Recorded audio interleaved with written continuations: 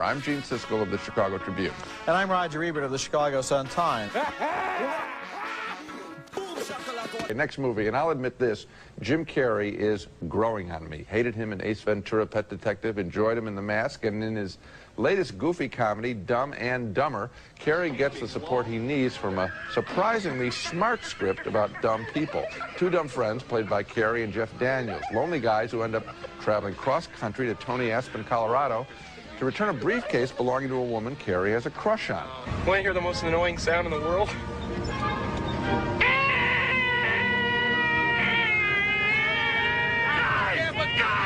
Pretty funny. Once in Aspen, the boys are suddenly flush with dough. They accidentally open that briefcase, and so they can afford to attend a charity benefit dinner. Excuse me, gentlemen. This is a $500 plate dinner. Good night. Oh, 500. Oh, okay. All right, no problem. Here, put us down for 4, in case we want seconds. Finally, Jim Carrey is reunited with his dreamboat, played by Lauren Holly, wearing more lipstick than any two actresses I've ever seen. She turns him down. I came a long way just to see you, Mary. Just, least you can do is level with me. What are my chances? Not good. You mean not good like 1 out of 100?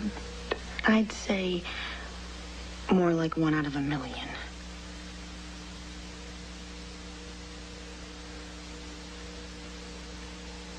So you're telling me there's a chance? It's kind of sweet. He doesn't get it. Jim Carrey's humor is straight from the Jerry Lewis Sledgehammer School, and he wins you over if he doesn't turn you off through his energy and by having his comedy be a bit more knowing and nervy than it might seem at first. Dumb and Dumber is uneven, looks sloppy, but that's part of its appeal, too. It's sort of a jerk's home movie, a funny jerk. You know, I can't give this movie thumbs up. Really? But on the other hand, God, I heard you laughing. you heard me not only laughing, I almost had to be hospitalized. There was one moment in this movie that is probably the funniest moment I've seen in 5 years of comedies, maybe longer. And there are a couple other moments that are pretty funny, too, including the when he's trying to get onto the airplane. In general, I think you put your finger on it when you say it's a sloppy movie. I think that they made it in a hurry, that they didn't really polish things. There are a lot of jokes that don't pay off. There are kind of build-ups that kind of are left hanging in midair. There are moments that seem to be very ill-advised and don't work at all. And on the whole, I found the movie wasn't nearly as good as its best parts. But I agree with you that Jim Carrey is growing on me, and I would not have predicted this. We have seen 3 of his movies in the space of 12 months, and after seeing Ace Ventura, I would have gladly done almost anything to avoid seeing him in another movie, and now I'm looking forward to his next film. I think the sloppiness that I was referring to, though, is this guy, it's conscious. I think that this guy, it'll be interesting to see whether he can handle big budgets and polished... well, his salary is making all of his movies big-budget movies now. Now they will be, but in a way, I think that that's the whole relaxed, nerdy tone of this picture with the dumb car that they're driving around, the little van they're driving around that looks like a dog. I think all of that is a little bit more intentional than you might think. I didn't think it really quite worked, but it certainly does have some good stuff in it. A little bad luck. If you had here today, all your dreams can go up in smoke. That's why even we veteran bowlers, we work our way, tournament to tournament. Need a supplemental income. Bill Murray is a slick con man and professional bowler, and Woody Harrelson is the young kid who has just beaten him in the 1979 $1,500 Odor Eaters Bowling Tournament, and that scene from Kingpin, which is easily the funniest movie so far this year. I've already talked to some friends who don't want to see a bowling movie, but I told them this movie isn't about bowling, it's about laughing. In this next scene, years have passed and Harrelson's bowling career has been destroyed after Murray got him in a situation where some guys caught him cheating and cut off his hand in the bowling return. Now, however, he has outfitted himself with a cheap rubber hand and found a brilliant natural bowler who he thinks can win $1 million tournament in Reno. The only problem is his discovery keeps his bowling a secret from his Amish family. Bowling manager? Why would a bowler need a manager? Why would a bowler need a manager? What? Don't you need a coach, a friend, a brother? Someone who's going to stick by your side through thick and thin? Someone who will be a loyal friend and never, ever, ever turn on you, no matter what? That's Randy Quaid in an inspired performance as the devout Ishmael Burg.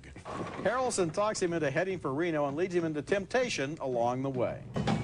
They're joined on the road by the beautiful Vanessa Angel, the ex-girlfriend of a sleazy, rich bowling fan who distracts their competition. After Quaid is injured, Harrelson decides to compete despite his cheap rubber right hand.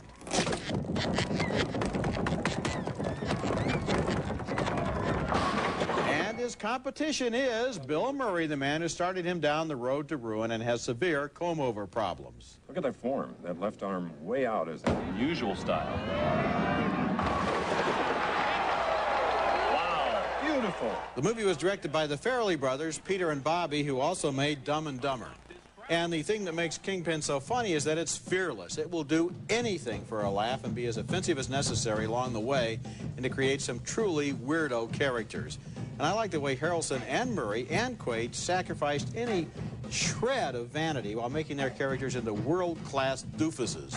Vanessa Angel is great to look at, but she's funny too. In fact, this whole movie is a reminder of how every once in a while a movie comedy can slam dunk one big laugh after another. And I wasn't surprised to find out these were the guys who made Dumb and Dumber, where they had the scene with the parakeet lost its head. Right. And I just about lost it during that movie, and now here's another movie where I was laughing very loudly. I want to thank them personally because we give, obviously, more negative reviews to pictures, and we have mostly unhappy times when we go to the movies, and we're just hungry for experiences like this. And let me tell you, the directors, I'm speaking right to the guys, here's what it was like in our screening room. We never talk about this. Big laughs. Every single time you tried to make us laugh, we laughed big laughs. It was thrilling to hear that. I'd say the first 25 jokes in this picture, these were laugh out, not smiles, laugh out loud. You know, there was one joke didn't work, and I laughed. I laughed at it anyway because they had obviously tried, and I'm talking about Randy Quaid in the men's room, and I thought, they're going to try anything. If they'll try that, I'll laugh at their attempt to make me laugh. It was very good. And now Randy Quaid is playing, if you think about it, you said an original character. Oh, sure, it's Amish, and the Amish joke, you know, it's one group I suppose you can have fun with because they don't go to a lot of movies, so they'll never see this thing. But here's my point. He's really playing a variation on his wonderful character in The Last Detail, the innocent led by two more adult characters through life. And Randy Quaid is just built for this. It's beautiful casting. It's this movie, I just can't wait to see it again and take friends to it. And you're right. And congratulations to Harrelson and to Murray, too. And also to Barry Fanaro and Mort Nathan, who are the writers of this picture. I mean, these guys have a real comic gift, and I can't wait to see your next film. Okay, so Kingpin, even if you don't like bowling. Kingpin. Kingpin. It is really a treat to see. It's great to see a movie that makes you laugh out loud. The outrageous comedy Kingpin is my video pick of the week. It made my list of last year's 10 best films, and it's available on home video. Bill Murray stars as a professional bowling hustler, and he ends up squaring off against a talented upstart played by Woody Harrelson, who lost his bowling hand in a hustle that went bad. What an intimidator. Go bigger! Spot on the approach. Ernie McCracken. How about one more title, sweetness? Look at that form. That left arm way out is the usual style. Wow, beautiful. Right off the bat. He delivers on the goods. Look at him pump up this crowd. Also figuring into the story is an Amish bowling prodigy played by Randy Quaid in a charming performance that recalls his similarly sweet role in The Last Detail opposite Jack Nicholson. A bowling manager? Why would a bowler need a manager? Kingpin, written and directed by Peter and Bobby Farrelly, has more big laughs than any movie I've seen in a couple of years. Almost every verbal or visual joke works. It's amazing. Kingpin is rated R for raunchy, but it is truly funny. My video pick of the week. Number 9, Kingpin, the year's funniest movie, a laugh riot. Directed by Peter and Bobby Farrelly. Oh, is he looking at you? What's he doing down there? No, I... Oh. No, I went... Mom, wait. I went... Cover yourself. Ow! We got a bleeder! None of this ever happened to Woogie. Ben Stiller plays a high school senior with the most embarrassing injury that any man can have. In an early scene from the raucous new comedy, There's Something About Mary. The mishap brings a sudden end to his prom night with Cameron Diaz, a girl he continues to worship for the next 13 years until he finally hires private investigator Matt Dillon to track her down. Dillon finds her, sees that she's still a babe, and lies to Stiller because he wants her for himself. I guess she packed on a few pounds over the years. Oh, yeah? So she's a little chubby? Oh, I'd say about a deuce and a half. Not bad. Dillon's own dates with Diaz get off on the wrong foot when he uses a tranquilizer to soften up her neighbor's suspicious dog. That's Lynn Shay as the neighbor with the skin that looks like beef jerky. When Ben Stiller finally has his own long-delayed date with Diaz, he also has problems with the dog. This time, it's on speed. Are you the little guy making all that big noise? Huh? Hmm? There's something about Mary as crude, vulgar, cruel, insensitive, scatological, perverse, and politically incorrect. You left out gross and raunchy. And it's also gross and raunchy. It is also far and away the funniest movie so far this year. One big, rolling, explosive laugh is rare enough in a movie comedy, but this one has 5 scenes that left me roaring with disbelief. The actors are just right. Cameron Diaz is a cheerful, good sport in the middle of the carnage. Stiller is a hopelessly sincere geek, and Dillon is the villain with no conscience. The movie was directed by Peter and Bobby Farrelly, who made Dumb and Dumber, and our own favorite comedy, Kingpin. And they strike again. They sure do. I remember I put Kingpin on my 10 best list. Yes, you did, yeah. And, hey, listen, they made Dumb and Dumber. This film ought to be called Gross and Grosser. I mean, because these guys are absolutely fearless. They take a comic situation and push it farther than any other directors would conceivably do, because other directors would say, you can't do that. The audience will be turned off. You know, we'll get in trouble. No, these guys go for the extra shot. I mean, for example, the shot with the guy with the zipper thing. Yeah, There is an extra little shot. close-up in there that... There's a shot that, I mean, it just, I howled. That one still makes me laugh if I think about it. And I admire that they had the guts to do it. I mean, they're really special, twisted filmmakers. A lot of directors would just stop with the first laugh. Oh, we had an accident with a zipper. Right. They build and build and build. And that's what's so much fun. It's just liberating. It is. To be able to laugh so loudly. And, you know, other kinds of comedies are sort of easy to imitate, but to imitate these guys, I don't know. I think it's pretty tricky. They're originals. You got it. That's the word I was looking for. Now, number 9 on my list is the outrageous comedy There's Something About Mary, featuring the iconoclastic, push the limits, to say the least, humor of filmmaking brothers Peter and Bobby Farrelly, who 2 years ago made my top 10 list with the goofy Amish bowling comedy Kingpin. And they make it again this year with the slapstick story of a young man's crush on a high school flame. Ben Stiller sacrifices himself and his good looks by playing a nerd whose life was nearly destroyed after his prom date with the girl of his dreams, Cameron Diaz, ended in disaster. I got it stuck. You got what stuck? It. Oh! That the film was roughly a $175 million hit in North America alone suggests it may influence the course of movie comedy, indicating audiences are ready for more radical humor than may have been thought. I'll admit it, these brothers' films appeal to the teenager in me. Oh, this movie made me laugh and laugh and laugh loudly and loudly, and it's on my list of runners-up. Because, unfortunately, between the 6 big laughs in the film, it kind of sagged, but that isn't even really the reason. It's just that I had 10 movies that I put higher, but I agree with you, it's a very, very funny movie. Okay. My video pick of the week is the funniest movie of last year, There's Something About Mary. I guess I wasn't really surprised that this raunchy movie didn't get any Oscar nominations. Hollywood always likes to pretend at Oscar time that it doesn't make any money from zipper jams and dogs on fire. But it should at least have been nominated for editing because the timing of this movie is exquisite and adds to the impact of the jokes. That's Ben Stiller as a high school boy who is deeply in love with Mary, played by Cameron Diaz. Years pass, and he's still in love. He hires a private eye to find her, played by Matt Dillon. Dillon, of course, has fallen in love with Mary, too. Then he has really bad luck with her neighbor's dog.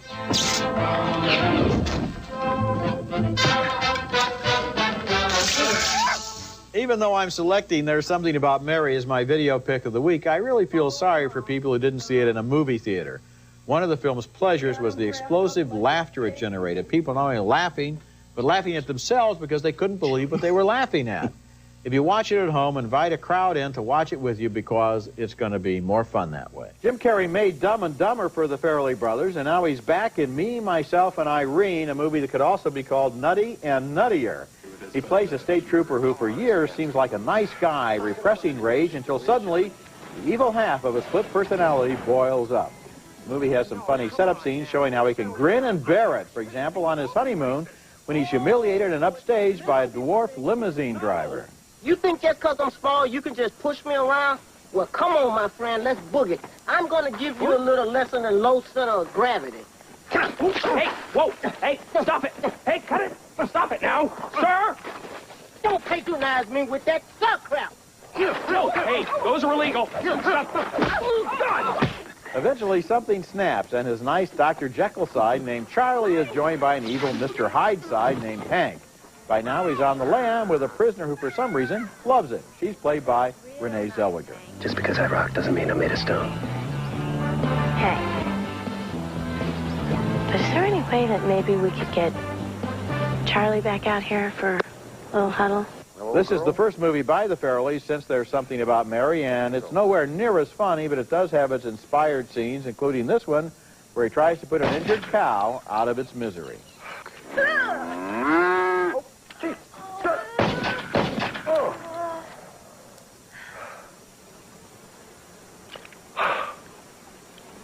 Oh.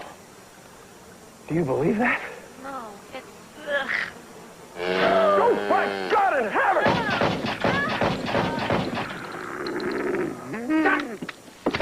Hell is wrong with you? I went into Me, Myself, and Irene with great expectations since There's Something About Mary and Kingpin showed how funny the Farrellys can be. And in fact, there was that scene with the dead parakeet in Dumb and Dumber that I lost it during also. But this film never really got me laughing. One of the problems is with the Hank character, who is sour and nasty. A little of him goes a long way, too long, and I was reminded of Carrey's movie, The Cable Guy, where he also played an unlikable character. A lot of the jokes are based on offending people in this movie, which would be okay if they were funny, but an entire sequence involving an albino waiter doesn't contain one single laugh. It's just embarrassing and kind of sad, so thumbs down from me. I agree. Thumbs down for me. And, you know, a disappointed thumbs down for me. I come from Farrelly Brothers territory. I mean, I loved Kingpin. I love There's Something About Mary, and I really wanted to go into this and love this movie. And I found myself liking the first 20 minutes. I mean, I enjoyed the vertically challenged midget and the karate chops to the knees and all of that. I thought that was funny, but I just wasn't laughing the rest of the film. And I think enough of Jim Carrey dropping his pants once in a movie. That's enough. Yeah, well, that's kind of his obligatory scene. But, you know, and There's Something About Mary and Kingpin, we kind of liked all the characters. And here, we don't like Hank. And I never, ever understood anything about the plot involving why they were after Renee Zellweger and what they were doing with the country club and the environmental protection. It doesn't matter, but nevertheless, too much time was spent on that, considering the fact that you don't really get any payoff from it from a comic point of view. Listen to this. I even wanted them to push the envelope more. I felt that it was juvenile. Comedy, a delicate matter, even for the Farrelly Brothers. Yeah, it's funny, but if the tone isn't quite right, it's real wrong. Exactly. Been a time when you were, like, especially shallow, where you looked at a woman, just thought you were better than she was? All the time. All the time? Oh, yeah. Can you think of one specific time where you're really shallow? Oh, yeah. Yeah, I got one. Think about that. Devils, come out! Positive thinking guru Tony Robbins is trapped in an elevator with Shallow Hal, played by Jack Black, and cures him of bimbo-itis in that scene. Thanks to Tony, the compulsive womanizer can now see the inner beauty in women. Soon after, he meets a woman named Rosemary, who looks exactly like Gwyneth Paltrow, in his eyes anyway, but to everyone else, she looks like Gwyneth Paltrow at 300 pounds. He falls instantly in real love, but she doesn't know if she can trust him. Hal, you've been really nice to me today. I really appreciate it, but... What, your other boyfriends aren't nice to you? Hal, do me a favor and stop saying that I'm pretty and that I'm not fat, okay? Because it makes me uncomfortable. The movie was directed and co-written by the Farrelly Brothers, who have developed a specialty in embarrassing things that can happen in restaurants. Go on. Oh, my God! Are you okay? Oops. Shallow Hal's best friend is Mauricio, played by Jason Alexander from Seinfeld. He can only see the external Rosemary, who weighs 300 pounds, and so he thinks Hal is out of his mind. Right where? Straight ahead, across the field. Is she behind the rhino? Some people are going to say the movie cheats, since although Hal falls in love with the inner beauty of Rosemary, what he sees is the outer beauty of Gwyneth Paltrow, so inner beauty is equated with thinness. The movie shows Paltrow at both weights, though, and I think it needs the visual difference in order to dramatize Hal's conversion. Shallow Hal has big laughs, but also a warmth that's kind of sweet. I like the way it uses Renee Kirby as Walt, the character who has spina bifida. Gwyneth Paltrow was touching, and Jack Black, in his first starring role, has a wonderful bluster and vulnerability, and he isn't so thin himself. No, he's not, which is why he's an inspired choice for the lead in this. It's so funny that you got Jack Black and Jason Alexander, who are so superficial and blowing off even good-looking girls, which, you know, happens sometimes in real life. You know when you go to movies sometimes and everyone's laughing and then you hear somebody laughing afterward? That was me at this movie. I mean, I think it really is the funniest movie I've seen in a long time. And it's smart, and it's sweet, and I liked its message. And it's, you know, it's the kind of thing you think about it. How do they pull this off? Because there's a neighbor character who lives across the hall from the Jack Black character, and she's beautiful. And even when he can see the inner beauty, she stays beautiful. And they're telling us, wait a minute, she's more than just a shallow, good-looking woman. So they keep a perspective going where each character stays true to themselves. It's pretty smart stuff. You know, one thing the Farrellys do here is a running joke that they never really pay off on until the end, involving Jason Alexander's hair. And I'm looking at it and I'm saying, what is that hair made out of? What substance? You know, is it kryptonite? What is going on up there? And finally, at the end, you get a little hint as to what is going on. And but it's funny all the way through because the shoe never drops. Yeah, exactly. They know how to do it. We've seen so many crummy comedies that try to be There's Something About Mary or something like this, and the Farrelly Brothers come to the rescue and show us how it's done. And who would have thought that you would feel kind of good after this movie? Yeah, I felt great after this. My countdown begins with the funniest movie of the year, Shallow Hal. Jack Black plays an incredibly superficial slug who is put under a spell. Suddenly, everyone's looks reflect their personalities. To the world, Gwyneth Paltrow is a plus-size wallflower, but in Hal's eyes, she's a stunner. What do you weigh, 110, 115 pounds? Which one of my butt cheeks are you talking about? Okay. Cuckoo, cuckoo. Trust me, whatever you're doing, it's working. It is working. Oh, go on. Oh, my God! Like everything the Farrelly brothers do, Shallow Hal is offensive and tasteless and shocking and hilarious. Who else would dare set scenes in a children's burn unit in a comedy or use disabled actors who crack jokes at their own expense? Now, by putting Shallow Hal on my list, I'm not saying it's better than more substantial fare such as Monsters Ball or Lantana, but I'm saying this was the best film of a genre, so I'm giving it a spot on my top 10 list. Who else would do things like that? Tom Green. But apart from your... I guess it's all in the execution. Yes, apart from your rhetorical question, I liked it too. You know, the politically correct people felt that it didn't have the right attitude toward persons of size, and I felt its heart was in the right place, and I knew exactly what it was trying to say. It was very funny, but also very sweet. They don't know. What are you doing? That's my girl he's kissing.